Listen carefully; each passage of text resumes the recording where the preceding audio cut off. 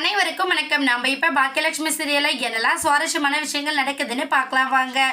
நம்ம கணேஷ் எழில் அமிர்தாவோட சூழ்நிலையை புரிஞ்சுக்கணும், அவங்க ரெண்டு பேரும் சந்தோஷமாக வாழணும் அப்படின்னு சொல்லிட்டு நம்ம கணேஷ் வழி விடணும் அப்படின்னு நீங்கள் நினச்சிங்கன்னா இந்த வீடியோக்கு ஒரு லைக் போடுங்க. ஆனால் நம்ம கணேஷ் அமிர்தாவோட வாழ்க்கையை மட்டும் யோசிக்காமல் இதை என்னோட மனைவி என்னோட குழந்தைங்க அவங்க என்னோட இருக்கிறது மட்டும்தான் சரி அப்படிங்கிற ஒரு மைண்ட் செட்டோடவே நம்ம கணேஷ் இருக்காரு. அது மட்டும் இல்லாமல் அவங்க வீட்டுக்குள்ளே ஒரு பெரிய பிரச்சனையும் பண்ணிட்டாரு. அம்மா அப்பா அவங்க எல்லாரும் அவங்களோட பசங்க வாழ்க்கையை மட்டும் யோசிக்கிறாங்க. ஆனால் அமிர்தா என்னோட பொண்டாட்டிமா என்னை பார்த்து பயந்து போய் அவங்க முன்னாடி நிற்கிறா. இதுக்கப்புறம் நான் சும்மா விட மாட்டேன். அமிர்தா என் கூட தான் வாழ்ந்தாகணும். நான் எப்படி போலீஸ்கிட்ட போவேன், என்ன பண்ணுவேன்னு எனக்கு தெரியாது. அமிர்தா இல்லை அப்படின்னா நான் செத்து போயிடுவேன் அப்படிங்கிற அளவுக்கு நம்ம கணேஷ் ரொம்ப கோவத்தோடையும் வருத்தத்தோடையும் தெரிவிக்கிறாங்க. ஆனால் ஒரு நிமிஷம் நம்ம கணேஷ் யோசிச்சார் அப்படின்னா கண்டிப்பாக நம்ம அமிர்தாவோட வாழ்க்கையிலேருந்து ஈஸியாக வெளியே வந்துடுவார். ஆனால் அதை பற்றி யோசிக்கிற ஒரு மனப்பக்குவத்திலே நம்ம கணேஷ் இல்லை. ஏன்னா 2 வருஷம் நம்மளை மறக்க எவ்வளோ கஷ்டப்பட்டிருப்பா அமிர்தா. அதுக்கப்புறம் நிதானமாக யோசிச்சு தான் இந்த முடிவு எடுத்திருப்பாங்க.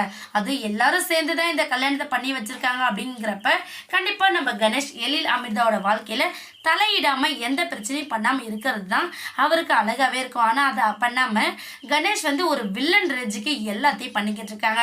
அமிர்தாவோட வாழ்க்கை இருக்கணும் அப்படின்னா அது நான் இருந்தால் மட்டும்தான், இல்லைன்னா அமிர்தாவை நான் வாழவே விட மாட்டேன் அப்படின்னு சொல்லிட்டு ஒரு வாரம் கழிஞ்சு அதுக்கப்புறம் கண்டிப்பாக போலீஸோட நாங்கள் போய் நிற்போம் அப்படின்னு சொல்லிட்டு அவங்க வீட்டில் எல்லாருக்கிட்டையும் ஆர்கியூ பண்ணிக்கிட்டு இருக்காங்க. ஆனால் அவங்க அப்பா அம்மா கணேஷ் கொஞ்சம் பொறுமையாக இருன்னு எவ்வளவோ எடுத்து சொல்கிறாங்க. அதை எதையுமே புரிஞ்சுக்காம கணேஷ் அவர் எடுத்த முடிவு தான் சரி அப்படிங்கிற மாதிரி இருக்காங்க. அம்மா அந்த எழில் யாருமா, அவனுக்கும் அமிர்தாவுக்கும் என்ன சம்மந்தம் இருக்கு? நான் இல்லை நினைச்ச கல்யாணம் பண்ணிக்கிட்டா அதெல்லாம் எனக்கு இப்போ தெரியாது. இப்போ நான் வந்துட்டல, அவள் என்னோட தானே வாழணும். அவங்க குடும்பத்துக்காக இவ போய் தாங்கன்னு தாங்கிட்டு இருக்காளே, அது எந்த விதத்தில் நியாயம் அப்படிங்கிற மாதிரி நம்ம கணேஷ் ரொம்பவே கோவத்தோட கத்திக்கிட்டு இருக்காங்க. இன்னொரு பக்கம் நம்ம ஜெனியோட வாழ்க்கை இந்த மாதிரி கேள்விக்குறி ஆயிடுச்சு.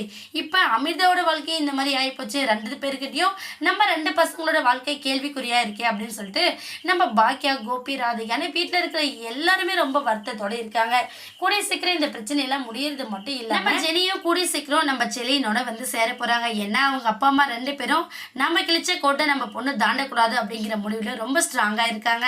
அதையெல்லாம் தாண்டி கண்டிப்பாக நம்ம ஜெனி செலியனுக்கு டைவர்ஸ் கொடுக்க போகிறதே கிடையாது. அவங்க அப்பா என்னதான் கட்டாயப்படுத்தி டைவர்ஸ்க்கு நீ கொடுக்கணும்னு ஒத்துக்கிட்டாலும் அந்த வீட்டில் இருக்கிற எல்லாரும் என் மேலே பாசமாக இருக்காங்க.